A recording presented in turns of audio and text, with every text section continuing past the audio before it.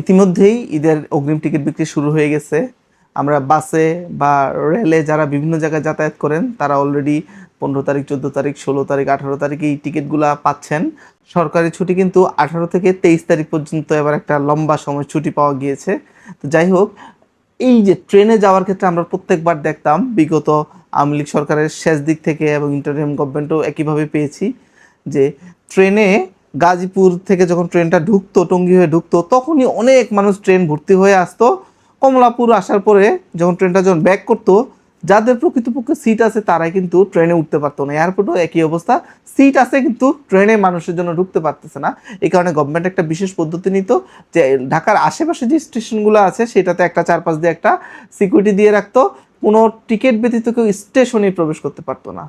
তো যার কারণে অতিরিক্ত মানুষও হতো না এবং ট্রেনের মধ্যে শুধুমাত্র ঈদের সময় খুব স্বস্তিভাবে মানুষ যাতায়াত করেছে বেশ কয়েকটা বছর যাবত।